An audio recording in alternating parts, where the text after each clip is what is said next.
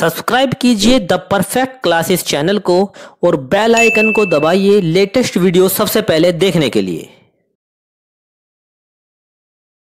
Hello students, आप सभी का आपके चैनल द परफेक्ट क्लासेस में स्वागत है। डीओई दिल्ली की वर्कशीट नंबर 36 डिस्कस कर रहे हैं। क्लास 8 की वर्कशीट है मैथमेटिक्स की। 6 दिसंबर 2021 की वर्कशीट है। टॉपिक है बच्चों अलजेब्रिक एक्सप्रेशन एंड आइडेंटिटीज, बीजीय व्यंजक तथा सर्वसमीकाएं। We know that algebra is based on variant, constant and expression. हम जानते हैं जो बीजगणित होता है वो चर मतलब वेरिएबल, कांस्टेंट एंड एक्सप्रेशन अचर और व्यंजक पर आधारित होता है। In algebra we can find out the solution of difficult problem using constant, variable and expression. हम बीजगणित में चर, अचर और व्यंजकों की सहायता से कठिन समस्याओं को ढूंढ पाते हैं या हल कर पाते हैं। When big numbers are to be added and subtracted in the maths, or when things are difficult to solve, then we take the help of expression। इसमें क्या बता हुआ है, जब मैथ्स में या गणित में बड़ी बड़ी समस्याओं को जोड़ना घटाना पड़ता है या कहीं कहीं पर राशियों का मान निश्चित नहीं होता है तो हम व्यंजक का इस्तेमाल करते हैं। Today we will study how expressions are formed. आज हम पढ़ेंगे कि व्यंजक कैसे बनते हैं। In arithmetic we use 4 elementary operations on numbers to make expression. जो बीजगणित होता है, अंकगणित होता है। अंकगणित में बच्चों अरिथमेटिक में संख्याओं को 4 संक्रियाओं को संख्याओं पर 4 संक्रियाओं का प्रयोग करके हम व्यंजक बनाते हैं। जैसे उसमें हम इन चारों संक्रियाओं का यूज़ करते हैं, plus, minus, multiply and divide. Example 3 into 2 + 4। Similarly we can make expression in algebra. Let's understand. उसी प्रकार हम बीजगणित में भी व्यंजक बनाते हैं। आओ समझें। सिचुएशन 1 है यहाँ पर। Rahim and Rashmi have balloons. Rahim has 4 balloons and Rashmi has 5 balloons। Rahim और रश्मि के पास गुब्बारे हैं। रहीम के पास 4 गुब्बारे हैं और रश्मि के पास 5 गुब्बारे हैं। How many balloons do they have? तो कुल कितने गुब्बारे होंगे? टोटल बलून्स हैं यहाँ पर 9। रहीम के पास है 4, रश्मि के पास है +5।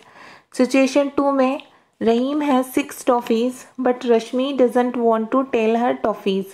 रहीम के पास 6 टॉफ़ियाँ हैं परंतु रश्मि अपनी टॉफ़ियाँ नहीं बताना चाह रही है। We are facing the difficulty to tell total of toffees. इसलिए इस स्थिति में हमें दोनों की टॉफ़ियों का जो सम होता है टोटल, वो बताने में कठिनाई हो रही है।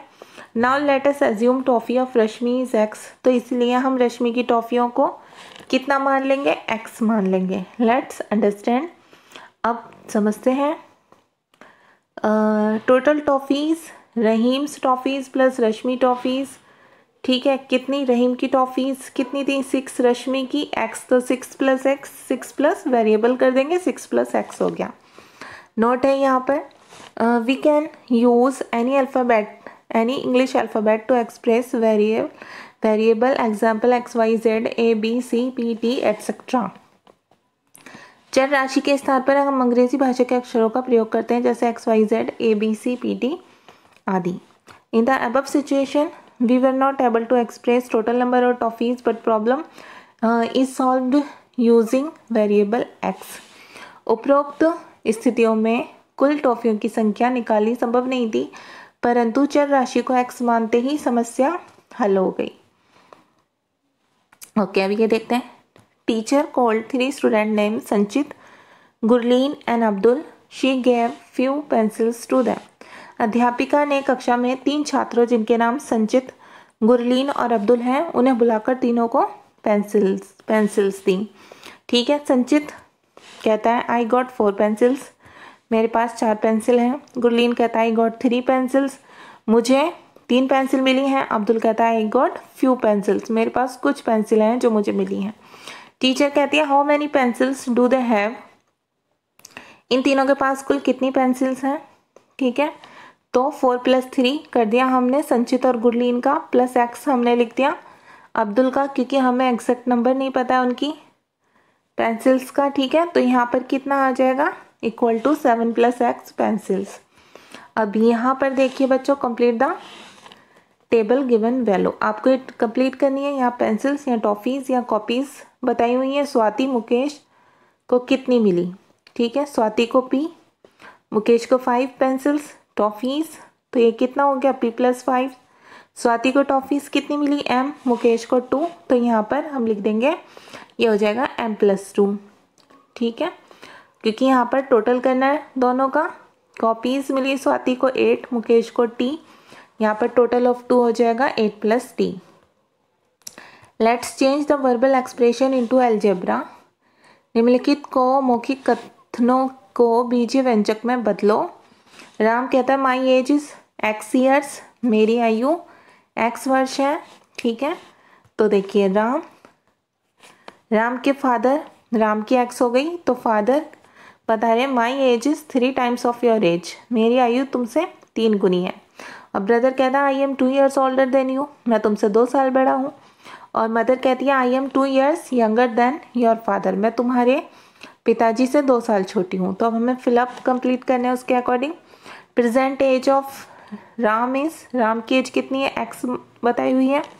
Present age of father is, father की एज कितनी है, देखिए यहाँ पर 3 टाइम्स है, तो हम इसे 3 टाइम्स कर देंगे, 3 × X, तो उनकी एज हो गई 3X। Present age of mother is, उनके फादर से 2 ईयर्स यंगर हैं वो, तो 3X - 2 हो जाएगा। Present age of brother is, वो राम से 2 साल बड़े हैं, तो X + 2 हो जाएगा। अब total age of mother and brother is निकालनी है, दोनों का टोटल करना है। तो देखिए यहाँ पर बच्चों 3X - 2 ये तो मदर की एज हो गई, और प्लस X + 2 ये ब्रदर की एज हो गई। तो जब हम इनका टोटल करेंगे कुछ ऐसा हमारे पास आ जाएगी सिचुएशन। फिर हम -2 को +2 से कर देंगे, 3X में आप 1X ऐड करेंगे तो ये 4X हो जाएगा। अब टोटल एज कितनी हो गई दोनों की, 4X, आप यहाँ लिख सकते हैं सॉल्यूशन को। ओके स्टूडेंट्स, आपकी वर्कशीट सॉल्व हो गई। अगर आपको मेरी वीडियो पसंद आई है तो प्लीज़ मेरी वीडियो को लाइक कीजिए, शेयर कीजिए, हमारे चैनल को सब्सक्राइब कीजिए। Thanks for watching.